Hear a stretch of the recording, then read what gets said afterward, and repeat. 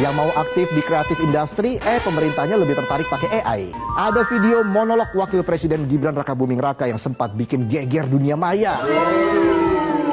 Dalam video berdurasi 6 menit 20 detik, Mas Wapres ngomong tentang bonus demografi. Alih-alih jadi pencerah, malah bikin netizen gerah. Kok bisa?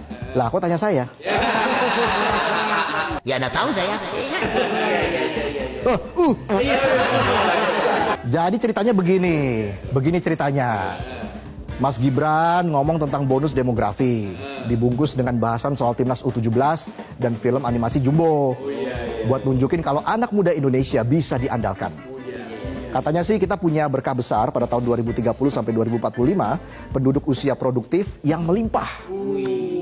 Tapi netizen langsung nimpalin, berkah apa ya, nyari kerja aja susah. Bonus demografi ini memang kayak hubungan tanpa status, bisa jadi anugerah tapi juga bisa jadi musibah. Ibarat punya banyak temen tapi tiap makan bareng yang nombokin kita. Bisa aja saya. Netizen pun langsung gaspol di kolom komentar, ngomong soal bonus demografi tapi lapangan kerja makin sempit. Yang profesional kalah sama yang punya kenalan ordal. Yang mau aktif di kreatif industri, pemerintahnya lebih tertarik pakai AI. Bonus demografi tanpa bonus kerjaan ibarat punya cangkul tapi nggak punya lahan. Atau kayak punya portofolio panjang lebar, tapi yang dipanggil malah sepupunya bos besar. Tapi tetap harus kita kasih apresiasi. Namanya juga anak muda, minimal Mas Gibran bikin konten walaupun endingnya dibully netizen.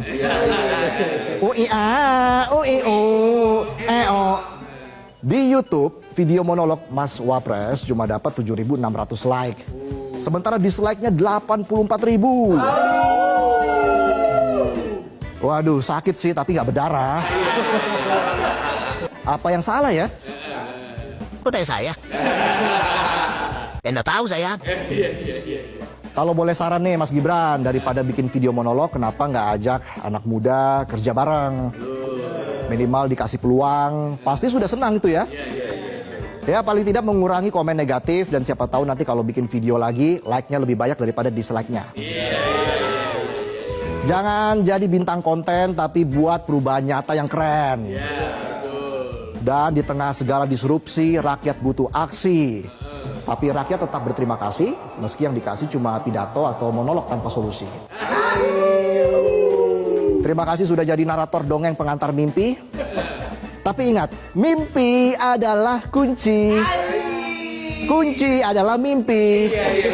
Tentu seperti yang sudah terjadi, segala sesuatu yang berkaitan dengan Gibran itu selalu memantik polemik, selalu menimbulkan perdebatan, selalu menimbulkan huru-hara, selalu menimbulkan pro dan kontra. Seorang pemimpin itu memang wajib hukumnya selalu memberikan pernyataan politik seperti Gibran, bahwa pada saat yang bersamaan selain banyak bicara, selain banyak narasi, ya tentu yang kita harapkan adalah bagaimana wujud implementasi supaya omongan-omongan yang disampaikan oleh orang penting seperti Wakil Presiden itu bisa diwujudkan. Itu juga hal penting yang lainnya.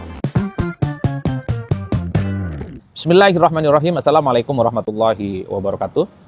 Kali ini saya masih tertarik ingin melanjutkan bicara soal pernyataan politik yang disampaikan oleh Gibran Rakabuming Raka, Wakil Presiden Republik Indonesia, di mana pernyataan politiknya itu disampaikan dan diupload di media sosial pribadinya Gibran, tentu sebagai upaya untuk memberikan narasi dan pesan-pesan politik secara terbuka, bagaimana seorang Wakil Presiden di Republik Indonesia memberikan satu diskursus dan narasi bagaimana persiapan Indonesia di masa-masa yang akan datang itu harus sanggup menghadapi segala persoalan yang dihadapi.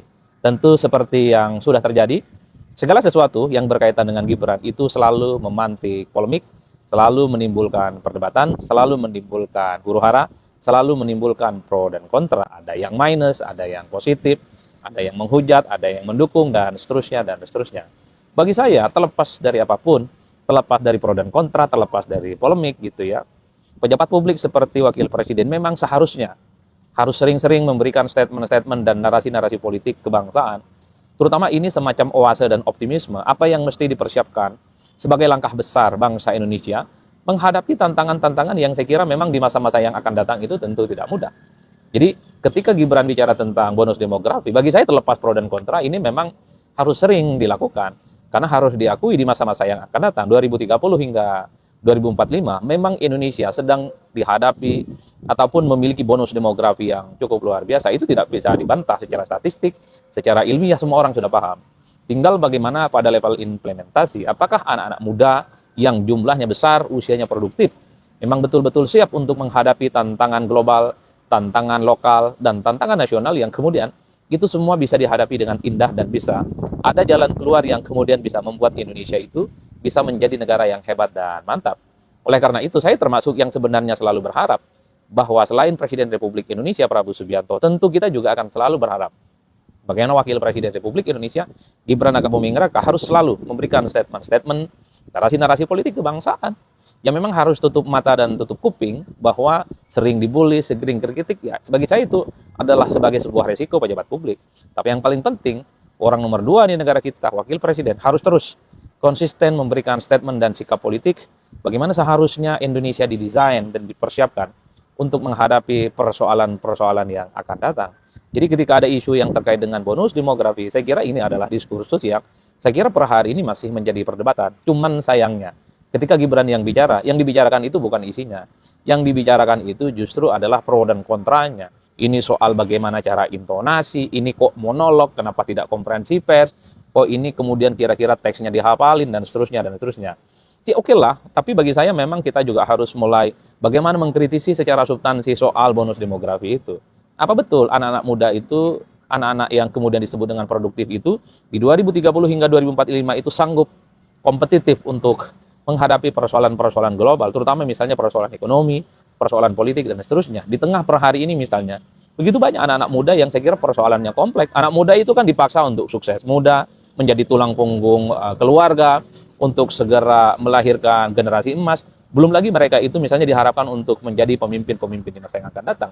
Sementara pada saat yang bersamaan, begitu juga anak-anak muda yang lain itu kan kesulitan untuk mencari akses terhadap kehidupan yang layak, mencari pekerjaan, kemudian banyak juga yang bagaimana mereka kesulitan untuk misalnya mengakses dunia perkuliahan S1, S2, dan seterusnya, dan seterusnya. Saya lebih penting untuk bicara itu.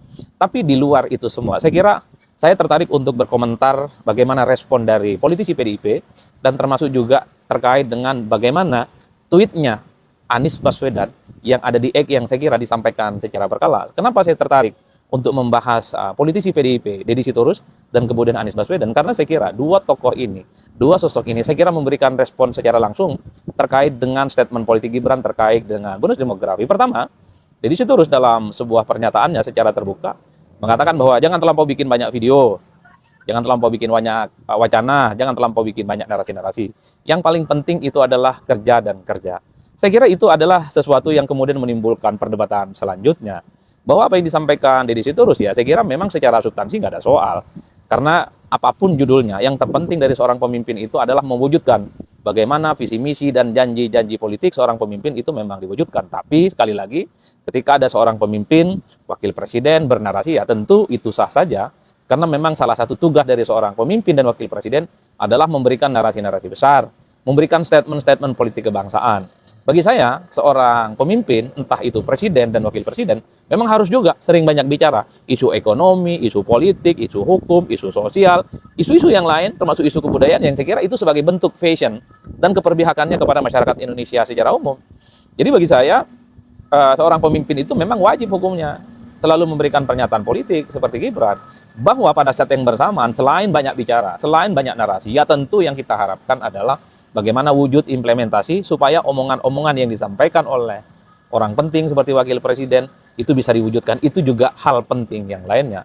Oleh karena itu, ketika Deddy Sitorus kemudian menanggapi pernyataan Gibran itu dengan mengatakan jangan terlampau banyak bikin video, jangan terlampau banyak bicara, itu kan menimbulkan perdebatan yang saya kira cukup luar biasa. Publik melihat itu sebagai babak lanjut bagaimana konflik politik antara PDIP dengan keluarga besar Jokowi. Karena apapun, Gibran ini adalah Jokowi Junior.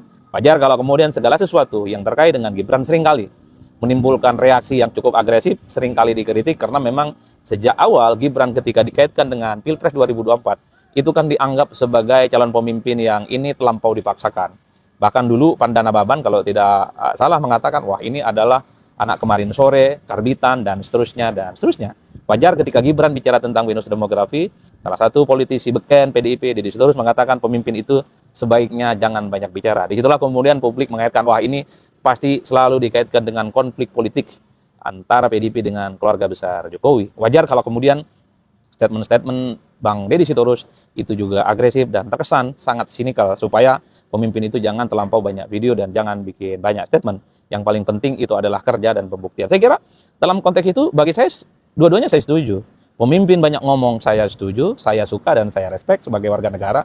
Tentu sebagai amunisi pengetahuan, karena pemimpin tentu tidak mungkin dong tidak bicara. Pemimpin itu memang harus banyak bicara. Soekarno itu sering bicara tentang nasionalisme, bicara tentang identitas, bicara tentang bagaimana kemandirian Indonesia menghadapi persoalan-persoalan global dan seterusnya. Tapi pada saat yang bersamaan yang paling penting adalah jangan hanya berhenti pada persoalan bicara dan narasi. Yang paling penting adalah bagaimana narasi-narasi yang disampaikan seorang pemimpin, wakil presiden dalam hal ini, itu diwujudkan dalam wujud yang konkret, sekonkret-konkretnya. Jadi kalau kita mau meletakkan perdebatan ataupun kritik Deddy Sitorus terkait dengan pernyataan Gibran adalah supaya anak-anak muda yang katanya nanti Halo teman-teman, berjumpa bersama saya di Politik Dangi. Luar biasa sekali ya analisis dari seorang Adi Praitno. Yap, ini momentum di mana Gibran beberapa waktu lalu membuat sebuah video, kemudian itu viral ya. Yang menariknya adalah bukan pujian yang diterima oleh Gibran, malah yang diterima adalah makian, kemudian dicecar dan sebagainya, teman. Termasuk PDI dan Anies Baswedan ya memberikan pernyataan menohok untuk Gibran. Apapun yang dilakukan Gibran selalu salah ya, karena memang dari awal juga salah ya kan. Bagaimana konstitusi ditabrak, diubah untuk meloloskannya menjadi wakil presiden. Bagaimana menurut kalian?